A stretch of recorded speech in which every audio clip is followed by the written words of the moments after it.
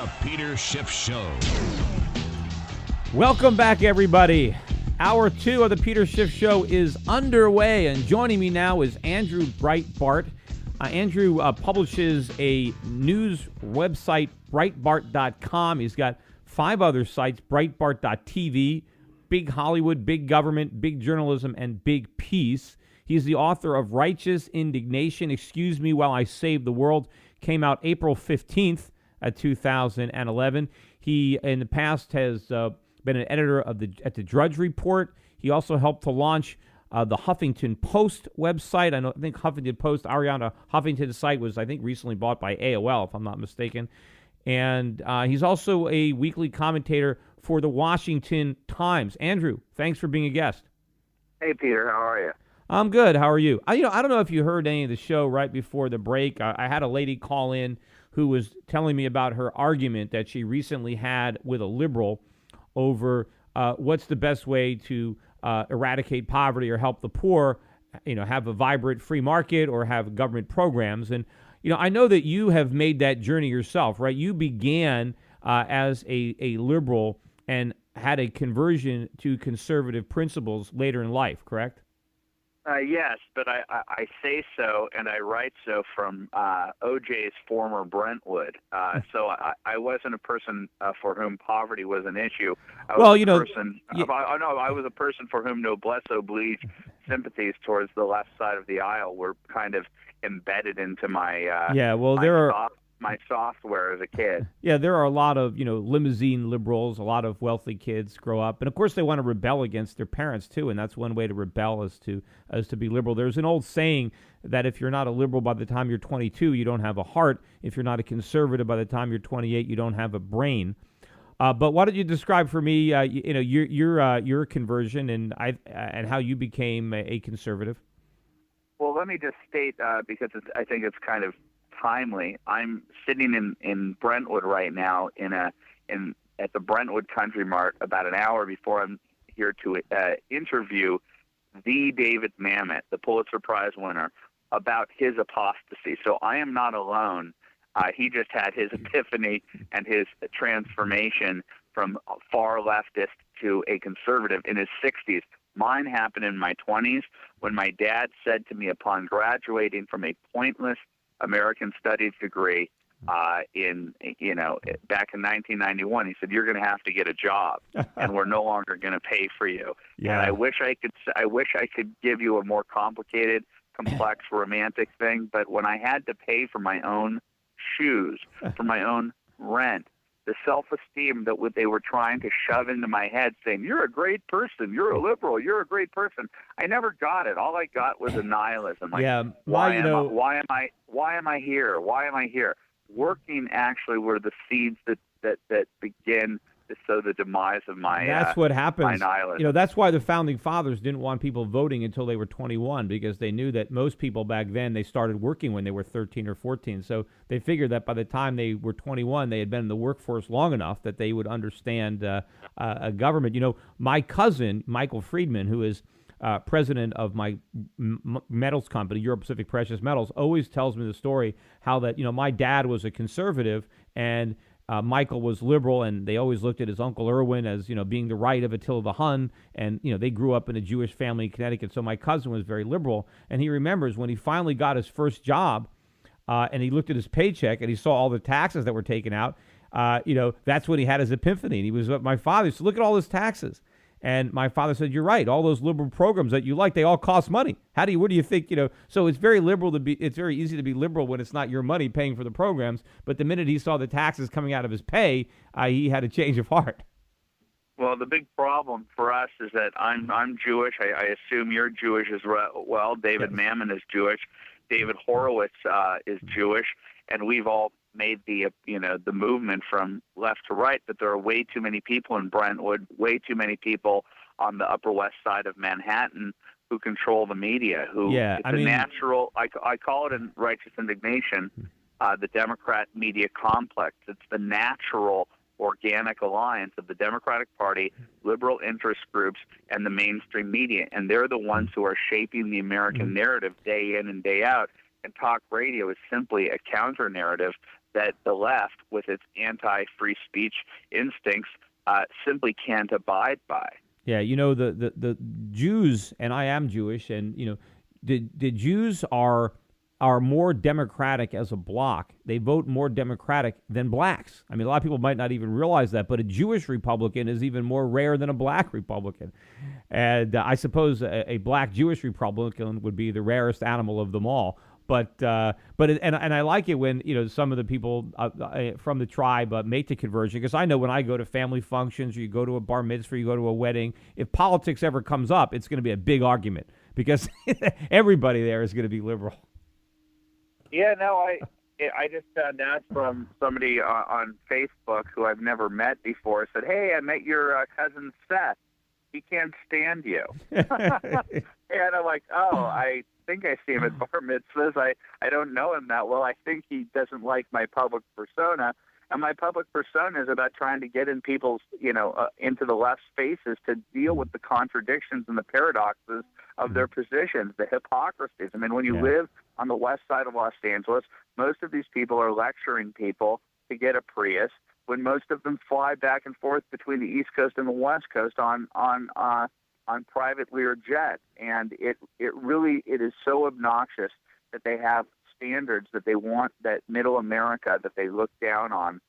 They want them to live one way while they can live the other way, while they feel morally superior, that they're supporting the politically correct position. And that's all it is. And a lot of it too is they want to feel good about themselves. They want to be looked upon as being charitable and kind, even if they're not. That's why I think Hollywood falls into this trap, because everybody is concerned about their reputation and how they appear to their fans, and they want to appear generous. Of course, it's not generosity with their own money, it's with other people's money. And so they take opinions that are popular, like, oh, I'm in favor of the minimum wage law because it's terrible that people should have to earn less than $7 an hour. Well, okay, but they don't want to connect the dots and say, well, that means that people who aren't worth $7 an hour are permanently unemployed.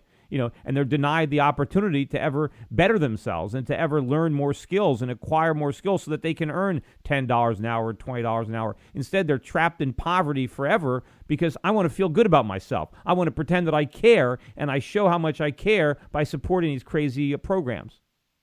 Well, all I can say is you're right, but I can also say something that's kind of upbeat. Is that out here in Hollywood, where the cultural narrative is laid every single day, and their business model is kind of imploding right now because they continue to make movies that the American people don't want, and there is an underground Hollywood conservative movement out here. It reminds me a lot of the Tea Party. It started before the Tea Party. These people started to sense, wait a sec, we made a deal with the devil back in the early 1970s when the left took absolute control of this town, and we said, oh, we can deal with these people. Well, for the last 40 years, these people have been forced into the deepest closet you can possibly imagine. Because if you mention that you're a conservative, there's a thing called plausible deniability blacklisting that goes on in this town, and I witnessed it all the time. I know black conservatives, I know Hispanic conservatives, I know punk rockers, I know directors, I know writers and actors, and the majority of them keep it to themselves. But the emergence of the Tea Party, the emergence of an underground Hollywood conservative movement shows me that the left has pushed too hard. And I think that over the next 20 to 40 years, you're going to see a major pushback. Well, let's hope so. Anyway, we'll continue this discussion after the break. You're listening to The Peter Schiff Show on SchiffRadio.com.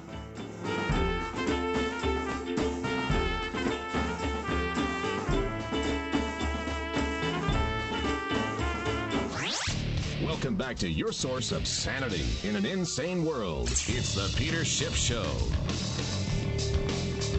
Welcome back, everybody. This is Peter Schiff.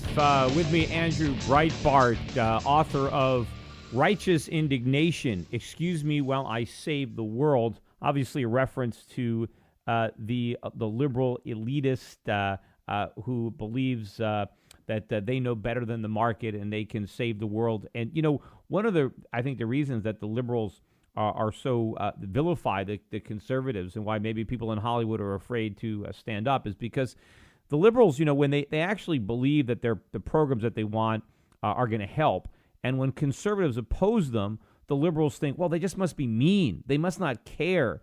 and they don't understand that they oppose them because they're going to do more harm than good. And the Republicans understand, or the conservatives understand, that liberals aren't bad people. They're just misinformed and ignorant. And so we don't have the same vicious rhetoric that they do. Would you agree with that? Oh, I absolutely would. I absolutely agree with that. I would say that since they control the mainstream media, and they just do, the New York Times, the Los Angeles Times, the Chicago Tribune, ABC, CBS, NBC, CNN, they know what isn't being controlled by them, and it's AM talk radio and it's Fox News, and they want to do everything they can to shut it down. They know what doesn't go along. They don't protest ABC, CBS, and NBC or the New York Times because they know that it's part of their program. And part of their program in shaping the cultural narrative is setting some pretty blatant setups that are easily opposable through just debate with these people. And that is, they're for the environment. If you're on the left, you're for the environment. If you're on the left, you're for the children. If you're on the left, you're anti-war. Well, what does that mean about conservatives? Yeah. It means that we're against the environment, we're against the children, and we're for a permanent war. We want war. We want a permanent state of war. That's how simple it is at the street level when you meet a person at a cocktail party. And the thing is, they don't look at, let's say, education. They say, that they're in favor of the children. But look at the quality of the education now that we've turned it over to the government. And it's the conservatives that are looking about school vouchers and school choice to give parents the ability to take their kids out of failing government schools. And it's the left that wants to trap them in these schools where they don't get an education, and then they pretend that they care about the children. Well, yes. It's interesting here because there's a movie, Waiting for Superman, that was made by the same producers that made Al Gore's movie, The Inconvenient Truth, and it was made by a liberal, a profound liberal, who followed the head of the school system, Michelle Rhee, in Washington, D.C., and it showed exactly what we're talking about. It took the conservative position. A liberal took the conservative position.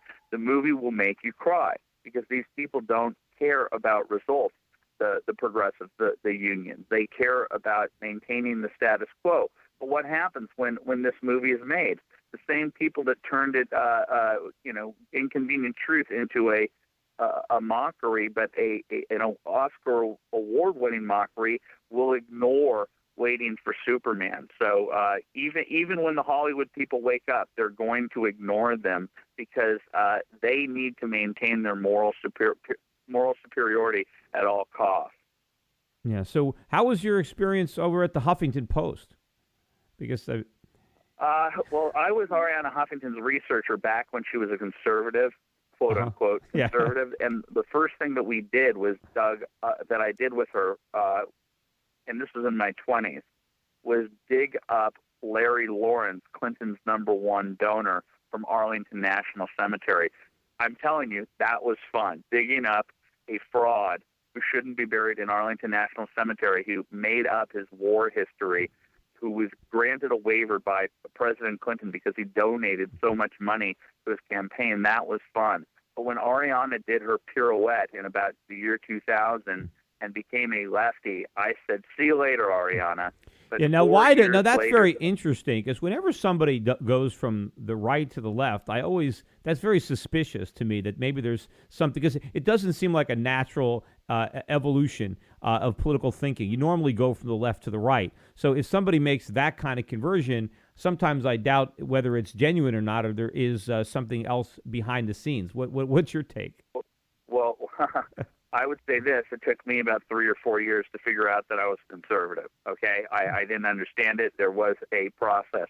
I watched Arianna do it overnight. She must have had an interesting night's sleep. And the very people that ignored her in Brentwood as a conservative now were breaking down her gates to hang out in her living room. So that's my opinion on it. Yeah, she couldn't have got. I don't think she could have got a good deal with AOL, right? If she was conservative. No, I'm creating the Huffington Post of the right, as it were. A group blog.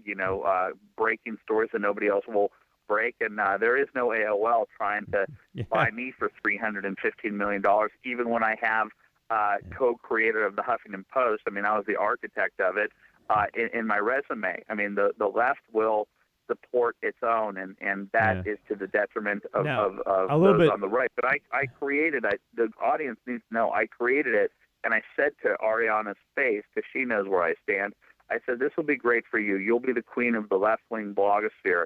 It'll be great for the right because they'll get to see how crazy your new friends are.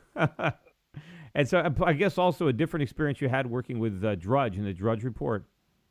Yeah, no, it's the best. I met him when I was a slacker, and he was something of a slacker in around 1995, and I saw what he was doing online, and I said to my wife upon meeting him as he left, as he drove away after our first meeting in a Hyundai, and it putted away.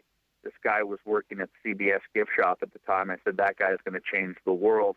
That guy's a visionary. He understands media better than anyone that I've ever met. And boy, was I right. He still has it too.